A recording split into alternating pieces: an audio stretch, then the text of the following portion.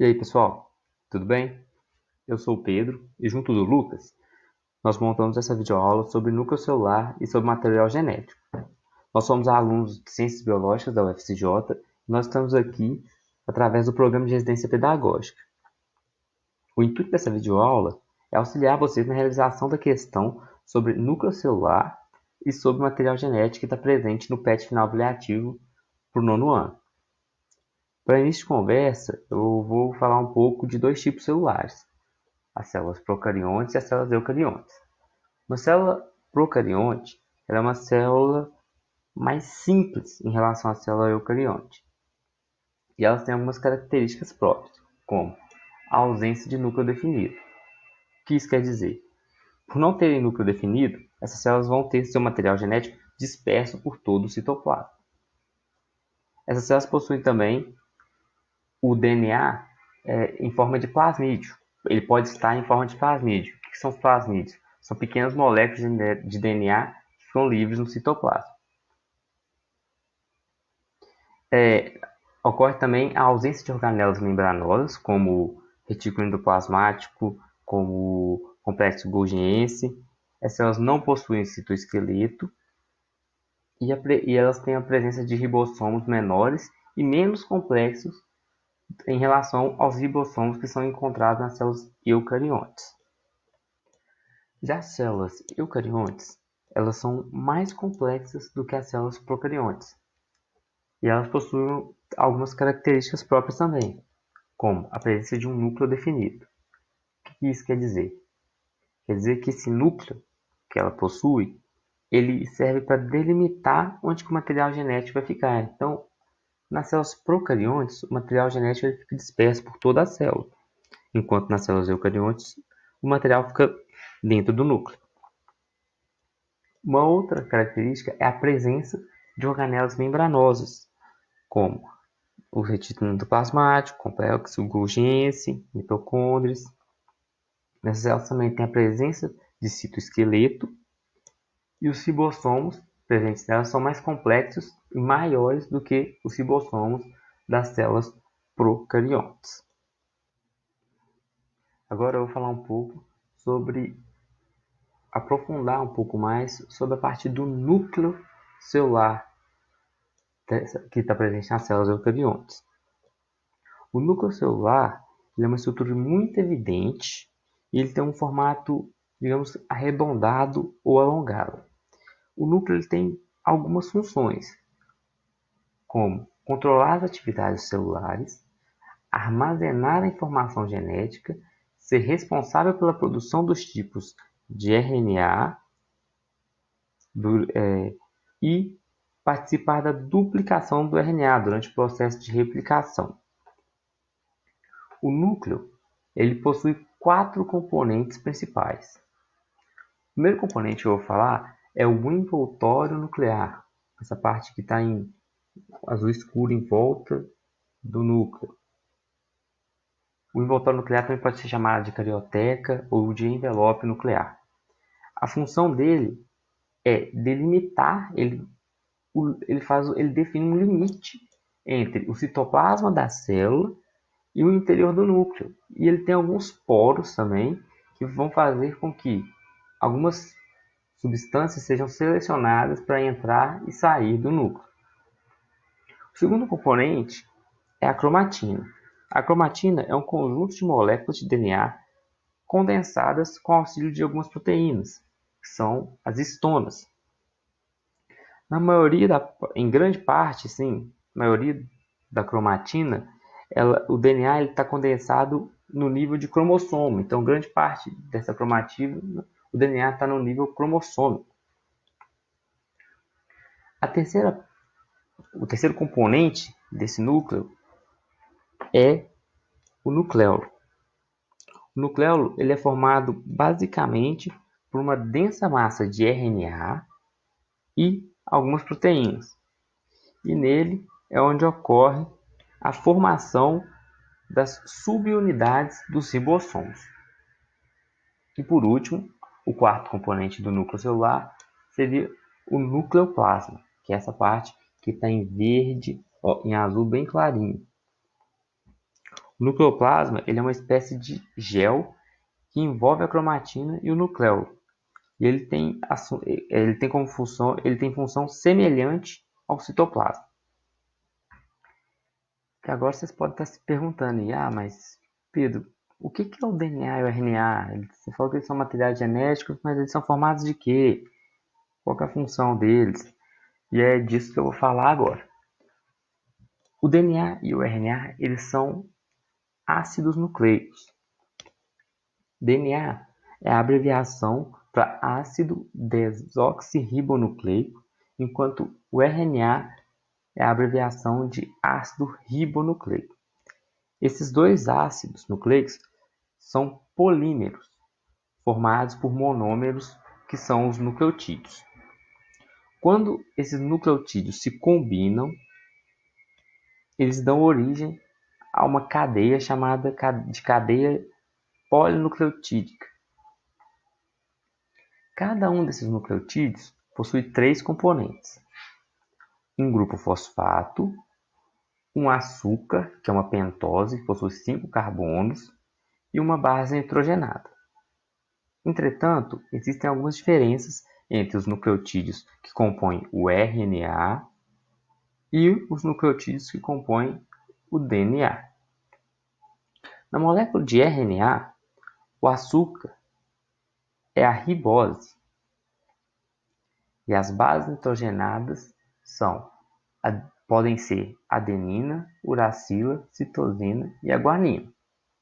Já na molécula de DNA, o açúcar é a desoxirribose, por isso DNA, e as possíveis bases nitrogenadas podem ser, da cadeia, podem ser adenina, timina, citosina e a guanina. Então a diferença entre os nucleotídeos de RNA e DNA são: no RNA, o açúcar é a ribose, enquanto no DNA é a desoxirribose, e nas bases nitrogenadas, o RNA tem a uracila, enquanto o DNA tem a timina. Como eu disse anteriormente, os ácidos nucleicos eles são formados por uma cadeia que é chamada de polinucleotídeo, que é uma cadeia formada por vários nucleotídeos. A ligação entre esses nucleotídeos é chamada de uma ligação fosfodiéster. E essa ligação acontece entre um grupo OH, que está ligado ao carbono 3' do açúcar, da pentose, e o grupo fosfato, que está ligado ao carbono 5' do outro nucleotídeo. Essas cadeias que vão sendo formadas, elas têm uma direcionalidade. O que é isso? Elas têm extremidades diferentes. Aqui a gente consegue observar isso. O terminal dessa cadeia, aqui em cima, é o carbono 5'. Então, o carbono 5'. Então, aqui é a parte 5' dessa cadeia. Enquanto a parte terminal, daqui de baixo, é o terminal 3', do carbono 3'. Então, quer dizer que essa cadeia tem uma direção. Além disso, a gente pode falar que essa fita ela cresce no final no sentido 3', porque sempre os novos nucleotídeos vão ser adicionados nesse final 3'. Então aqui vai vir um novo nucleotídeo. Beleza, eu já disse que o DNA e o RNA são formados por cadeias de polinucleotídeos. Mas agora eu vou falar um pouco das diferentes propriedades dessas duas moléculas. O DNA ele contém as informações para a execução de todas as atividades celulares. Ele é uma molécula composta por 2 fitas unidas. Então o DNA ele é composto por 2 fitas de nucleotídeos, 2 cadeias polinucleotídicas, que se unem através de uma ligação, através de ligações entre as bases nitrogenadas e se contorcem, dando imagem parecida a esse formato de dupla hélice, formato de hélice, mas e como são duas fitas, é um formato chamado de dupla hélice. A pentose do DNA é a desoxirribose e as bases nitrogenadas que são encontradas nele são adenina, guanina, citosina e timina. A união das cadeias polinucleotídicas, das duas cadeias polinucleotídicas que compõem o DNA, ocorre por meio de uma ligação chamada ligação de hidrogênio, que acontece entre as duas bases nitrogenadas, uma de cada cadeia. Essa ligação ela sempre vai ocorrer entre citosina e guanina ou entre a timina e adenina. Então, a citosina apenas, ela sempre vai se ligar com a guanina, enquanto a timina só se liga com a adenina. Dessa forma, as duas fitas da dupla hélice, elas vão ter uma relação muito previsível uma com a outra. Por quê? Se de um lado, se você sabe quais são todas as bases nitrogenadas de um lado, automaticamente você vai conseguir descobrir quais são as bases da outra fita que se liga, porque como a citosina só se liga com guanina e a timina com adenina, se você souber que aqui tem uma citosina, você vai saber que do outro lado vai ter uma guanina. E se você souber que aqui tem uma timina, você vai saber que do outro lado tem uma adenina. Então, por meio disso, a gente considera o DNA como formado por duas fitas que são complementares. Dessa forma, o DNA apresenta uma forma de dupla hélice, onde os açúcares e o fosfato estão na parte exterior da hélice, então o açúcar e o fosfato eles vão ser essa parte branca, e as bases nitrogenadas vão estar na parte interior dessa dupla hélice, vão ser essa parte colorida aqui, como se fosse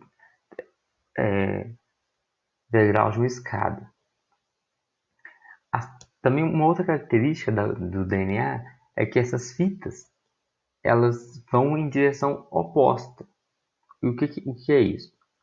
Se aqui vai ser o final vai ser 5 linhas e aqui 3 linhas, a outra fita vai ser aqui 3 linhas e aqui 5 linhas. Então nós dizemos que o DNA ele tem uma natureza antiparalela. Assim como o DNA, o RNA também é um ácido nucleico. Só que tem uma diferença. O RNA ele é formado a partir da informação que está presente no DNA. Ele é formado a partir de um processo chamado de transcrição. E ele também tem algumas diferenças em relação ao DNA. Uma diferença que é notória é que o RNA ele é formado por uma fita simples. O que é isso? Ele é formado por uma única cadeia de polinucleotídeos. Ele não se une a outra cadeia igual ao DNA.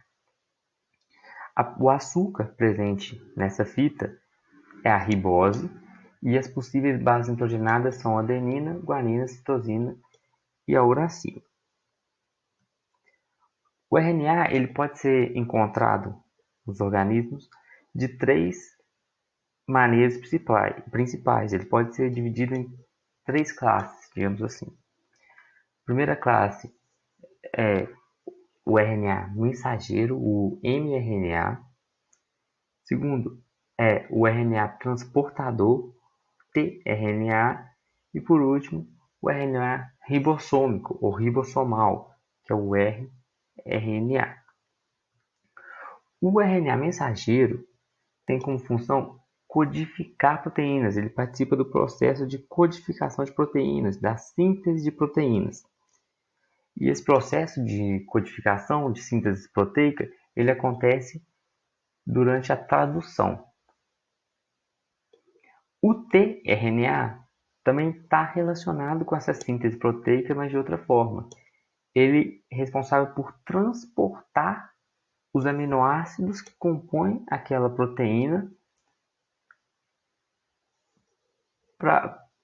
durante o processo de tradução. E o rRNA, que é o RNA ribossomal, ele é o RNA que vai compor os ribossomos. Ele é o ribossomo. O ribossomo ele é formado por rRNA. E os ribossomos atuam nesse processo também de síntese proteica. Aqui nós vamos deixar um quadro com as principais características, as principais diferenças entre o DNA e o RNA. Aqui eu aconselho vocês a darem um pause na videoaula, tirarem um print, anotar no caderno. Eu aconselho também durante toda a videoaula também vocês darem pause quando estiver entendendo, voltar, deixar aí nos comentários alguma dúvida que vocês tiveram. Pode perguntar, mandar mensagem, deve dar print, qualquer coisa. E é isso. Por hoje, aqui vou terminar a videoaula por aqui. Eu queria agradecer a todo mundo pela atenção e até logo. Obrigado.